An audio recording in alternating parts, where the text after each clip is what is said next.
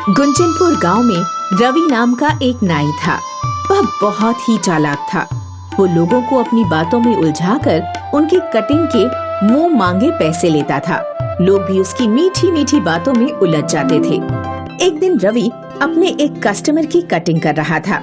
तभी गांव की एक लड़की निशा वहां से निकल रही थी।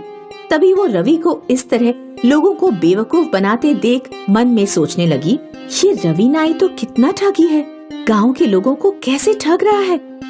कुछ तो करना पड़ेगा इसका, वरना लोगों को ऐसे ही लूटता रहेगा।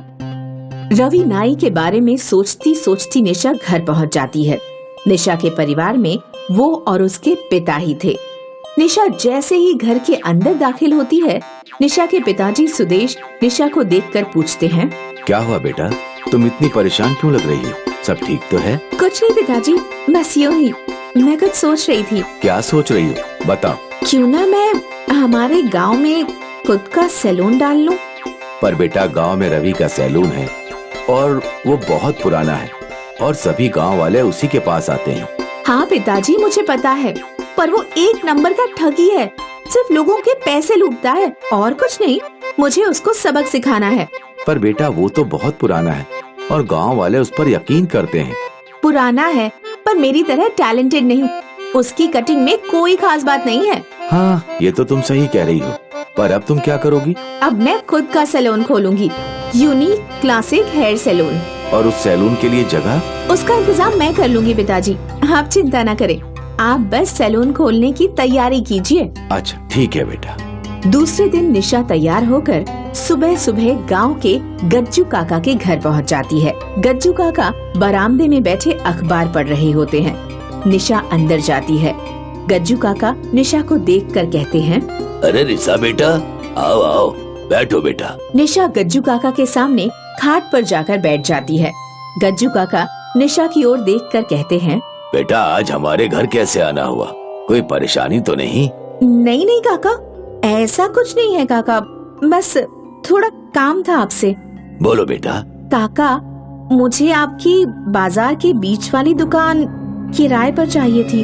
अरे बेटा, किराए की क्या बात, दुकान तुम्हारी ही है। पर ऐसे अचानक कुछ नया शुरू कर रही हो?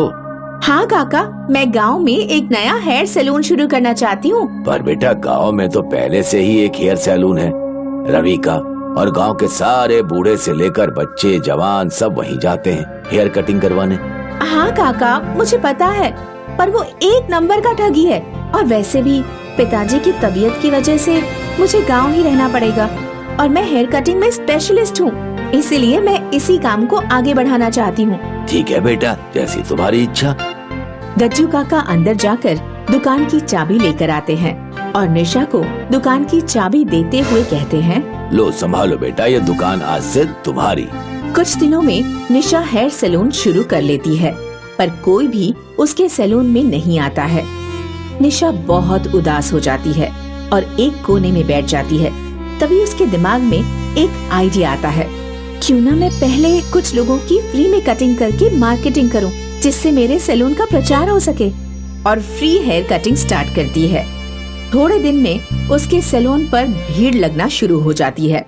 निशा गांव के लड़कों और आदमियों की उनकी पसंद के कटिंग करती है, जिससे सब लोग उसकी कटिंग से बहुत प्रभावित होते हैं और रवि की दुकान पर जाना छोड़ देते हैं। इस बात का रवि को बहुत बुरा लगता है।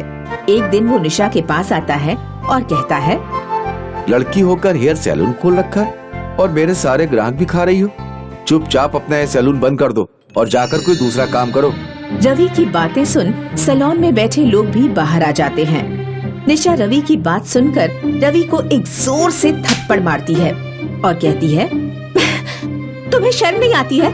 पहले तो अपने ही गांव के लोगों को कटिंग के ज्यादा पैसे लेकर लूटते हो और फिर मुझे आकर धमकी दे रहे हो। हिम्मत कैसे हुई तुम्हारी मुझे धमकी देने की? इतने में गांव के सारे लोग भी निशा का साथ देने आ जाते हैं और रवि को मारना शुरू कर देते हैं। गांव वालों की मार से बचकर रवि भाग जाता है। सोने का भिखारी।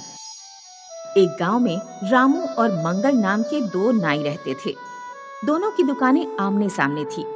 रामू सरल स्वभाव का और एक दयालु इंसान था। उसकी दुकान पर अक्सर एक बूढ़ा भिखारी आया करता था।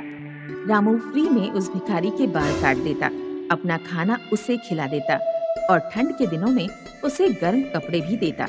दूसरी तरफ मंगल एक चालाक और कंजूस इंसान था। वह अपनी दुकान पर आने वाले ग्राहकों से इधर उधर वाले लोगों की बुराइयां और चापलूसी से भरी बातें करता। भाई साहब, तुमने रमेश के लड़के के बारे में कुछ सुना? अरे हाई स्कूल में 3 बार फेल हो गया है। रमेश के सारे बच्चे बिगड़े हुए हैं। काश उसे आपके जैसे बच्चे मिले होते। रामू की पत्नी पेट से थी। एक रात रामू की पत्नी के पेट में बहुत तेज दर्द उठा। रामू अपनी पत्नी को लेकर कुछ दिनों के लिए शहर में हॉस्पिटल चला गया। उस समय जब भिखारी गांव में आया तो उसने देखा कि रामू की दुकान बंद है। भिखारी मंगल की दुकान पर गया और बोला, बेटा, रामू की दुकान बंद है। क्या तुम मुझे खाने के लिए कुछ दे दोगे और मेरे बाल काट दोगे बेटा? अरे बड़ो, क्या तुम मुझे रामू की तरह फालतू समझते हो? मेरी दुकान पर हमेशा ग्राहकों की भीड़ लगी रहती है और मैं बहुत व्यस्त रहता हूँ। तुम्हारे बाल काटने का समय मेरे पास नहीं है, और वैसे भी अगर मैं तुम्हारे गंदे बाल काटूंगा तो मेरे हाथ और औजार गंदे हो जाएंगे। रही बात खाने की, तो मैं खाना होटल पर जाकर खाता हूँ। अब निकल लो यहाँ से, मेरा टाइम बर्बाद मत करो। कुछ दिनों बाद रामू जब अपनी पत्नी को शहर से लेकर लौट रहा था तो उसने देखा कि बूढ़ा भिखारी सड़क पर गिरा हुआ है। रामू ने अपनी पत्नी को घर भेज दिया। बूढ़े भिखारी को कंधे पर डालकर गांव के डॉक्टर के पास लेकर पहुंचा। मैं इन्हें होश में नहीं ला पाऊंगा। शारीरिक कमजोरी और लगातार कई दिन भूखे रहने के कारण इनके शरीर में खून और ग्लूकोज की कमी हो गई है। तुम्हें इन्हें हॉस्पिटल ले जाना पड़ेगा। रामू अभी अभी हॉस्पिटल से अपनी पत्नी की डिलीवरी कराकर आ रहा था। उसके काफी पैसे खर्च हो चुके थे। रामू के पास भिखारी को हॉस्पिटल में एडमिट करने के पैसे नहीं थे। अगर बाबा को हॉस्पिटल में एडमिट कराना है तो एक ही तरीका है, मुझे घर या दुकान में से कोई एक चीज गिरवी रखनी पड़ेगी। घर गिरवी रख दूंगा तो पत्नी और बच्चों के लिए परेशानी होगी। दुकान ही गिरवी रख देता हूँ। कुछ दिन ज्यादा मेहनत करके दुकान को छुड़ा लूंगा।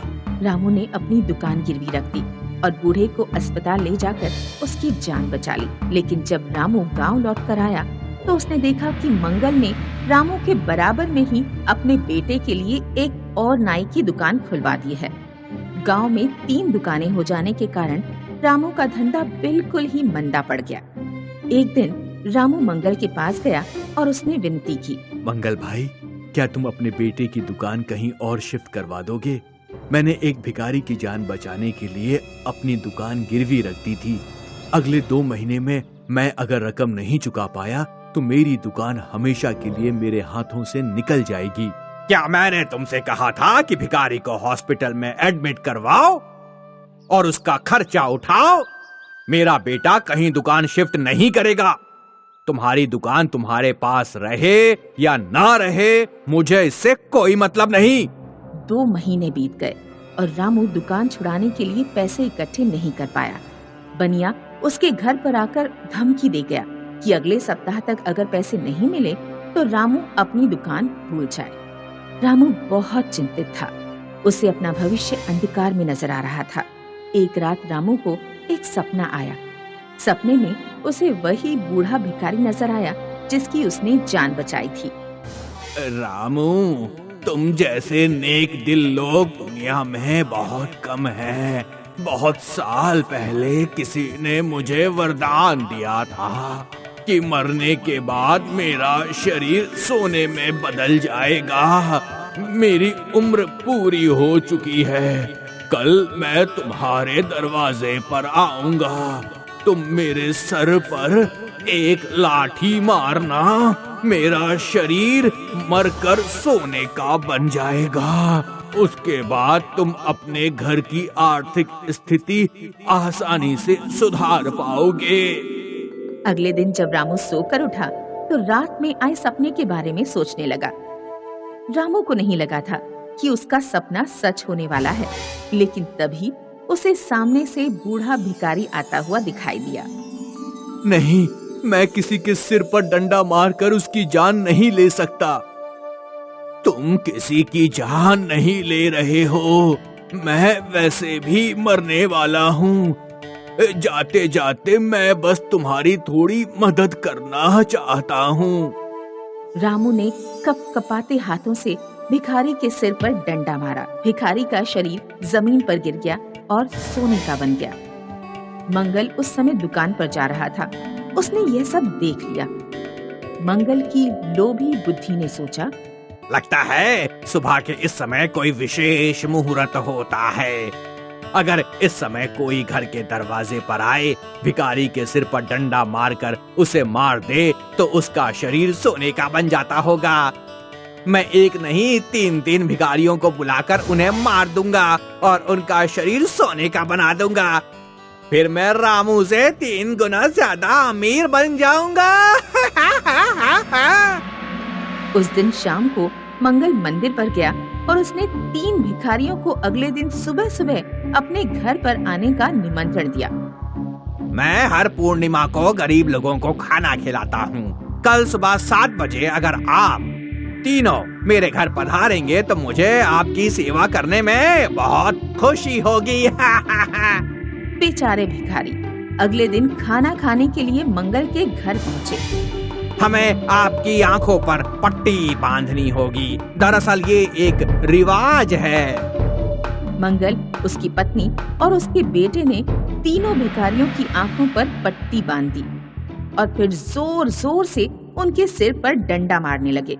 भिखारियों की चीख पुकार सुनकर गांव के लोग मंगल के घर पहुंचे। तीनों भिखारी मर गए, लेकिन किसी का शरीर सोने का नहीं बना।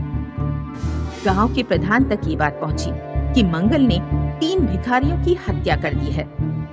मंगल पर मुकदमा चला और उसे फांसी की सजा हो गई।